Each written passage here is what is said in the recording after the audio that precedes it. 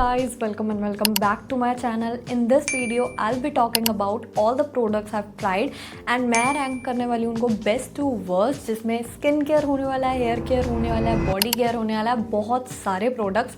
So without a further do let's get started with the video. अब यार कई बार क्या होता है ना, मैं आप लोगों के लिए रिव्यूज़ क्रिएट करती हूँ लेकिन कुछ ऐसे प्रोडक्ट्स हो जाते हैं कि वो मुझ पे ही नहीं सूट करते और मेरे को उसके चक्कर में ना काफ़ी एडवर्स रिएक्शन देखने को मिलते हैं. तो वो हैं ये दो शैम्पू जिन्हें मैंने यूज़ करा है. उसके बाद ना मैंने बहुत अजीब से रिजल्ट देखे हैं. सबसे पहले इसकी बात कर लेते हैं, लव ब्यूटी एंड प्लैनेट.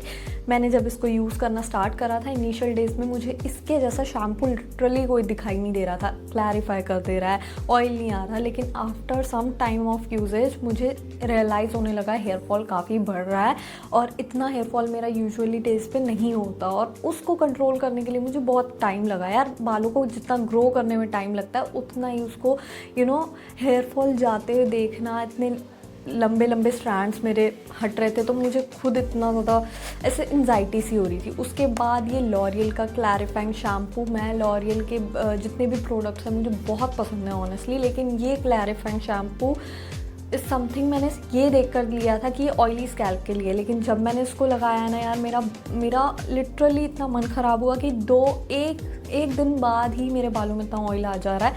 अब मेरी लेंथ इतनी ज़्यादा है, उसमें मुझे बार हेयर शैम्पू वगैरह करना, अलग इतने सारे स्टेप्स फॉलो करना बहुत डिफ़िकल्ट हो जाता है.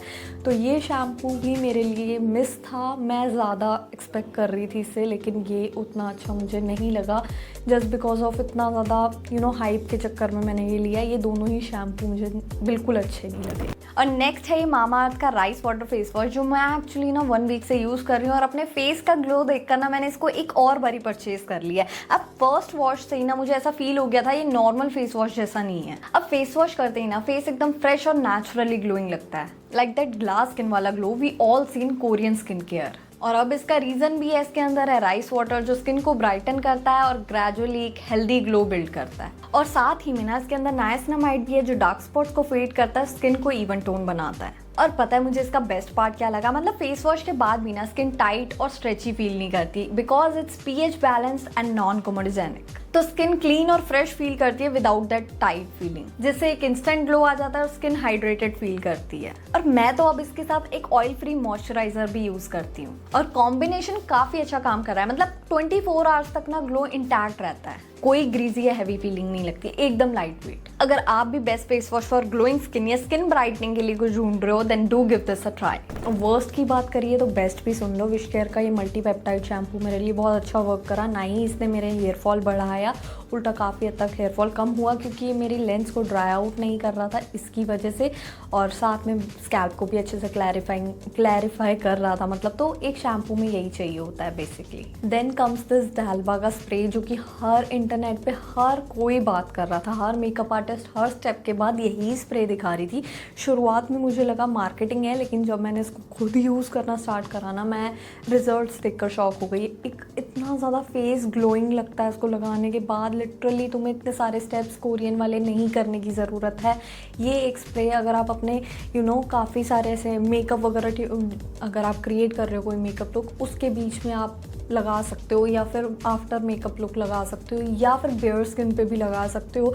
ये तब भी बहुत अच्छा वर्क करता है और मैंने ना इतने लोगों को ये रेकमेंड करा है, सबको ही पसंद है. अब मेरी बॉटल देख लो ख़त्म होने वाली है, मुझे एक और ऑर्डर करनी पड़ेगी क्योंकि मेरे घर में ना लिटरली हर किसी को ये पसंद है, हर कोई लगाता है ये. अब यार मार्केट में बहुत सारे सनस्क्रीन्स अवेलेबल हैं और मैंने ऑलमोस्ट सभी ब्रांड्स के सनस्क्रीन ट्राई करें.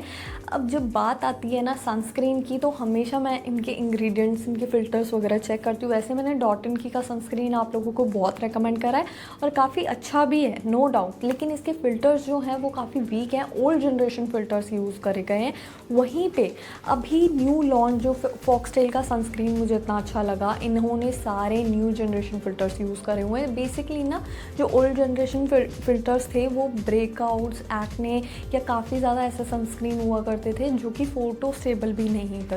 तो उससे क्या होता है, आप जैसे सनलाइट के अंडर गए तो आपका जो सनस्क्रीन है वो ब्रेक डाउन होने के चांसेस रहते हैं, जिसकी वजह से टैनिंग, पिगमेंटेशन, हाइपर पिगमेंटेशन जैसी चीज़ें भी देखने को मिलती हैं. तो इस चक्कर में मैंने काफ़ी टाइम, अब मैं डॉट एंड की का सनस्क्रीन, टिंटेड सनस्क्रीन नहीं यूज़ करती हूँ. Instead I use this foxtail का टिंटेड सनस्क्रीन। कवरेज भी मिनिमल दे देता है, साथ में प्रोटेक्शन भी मिल रही है और श्योरिटी तो है ही because they use new generation filter. So I would recommend you guys to switch to this one, और मे बी ऐसे कोई सनस्क्रीन, टिंटेड सनस्क्रीन जो न्यू जनरेशन फिल्टर्स यूज़ कर रहे हो। आपको नेक्स्ट वीडियो में काफ़ी सारे ऑप्शन मैं बताऊँगी और भी, लेकिन ये दोनों ना सेम बजट रेंज में आते हैं, इसलिए मैं ये रिकमेंड कर रही हूँ। अब ग्लाइकोलिक टोनर के तो सबको बेनिफिट्स बहुत सारे पता होंगे, लेकिन ग्लाइकोलिक टोनर का सबसे मेजर चीज़ जो मेरे लिए वर्क करी, एक तो मेरा स्कैल्प का जितना भी ऑयल था, जितना भी गंक होता है या बेसिकली बिल्डअप होता है ना, वो सारा इसके थ्रू काफ़ी हद तक कम हो जाता है। मैं जब भी इसको लगाती हूँ 15 मिनट के लिए छोड़ती हूँ ना, मेरा जितना भी स्कैल्प में बिल्डअप होता है, ऑयलीनेस होती है ना, वो काफ़ी हद तक कम हो जाती है, मतलब बिफोर हेड वॉश। और दूसरा बेनिफिट मुझे इसका ये बहुत अच्छा लगता है, जब भी मैं इसको अपनी बम्पी स्किन पे लगा लेती हूँ, या फिर ऐसा होता है ना, हम कई बार ऐसे क्लॉट पोर्स हो जाते हैं, तो छोटे छोटे पिंपल्स हो जाते हैं, हाथ पे भी होता है, बैक एक्ने होते हैं इस तरह से, तो उस केस में भी मुझे बहुत अच्छा वर्क करता है। मैं तो कई बार ओवरनाइट लगा के ही छोड़ देती हूँ।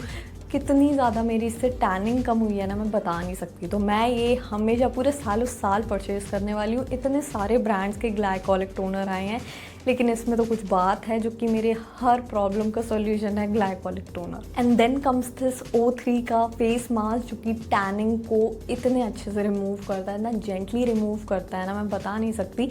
मतलब वैसे तो जितने भी डी टैन मास्क मैंने ट्राई करे हैं, सबके अपने अपने रिजल्ट्स होते हैं, लेकिन इससे ना लिटरली 1 वॉश के अंदर वो रिज़ल्ट तुम्हें मिलता है ना, मैजिकल सॉर्ट ऑफ रिज़ल्ट, वो मुझे इसमें देखने को मिला है।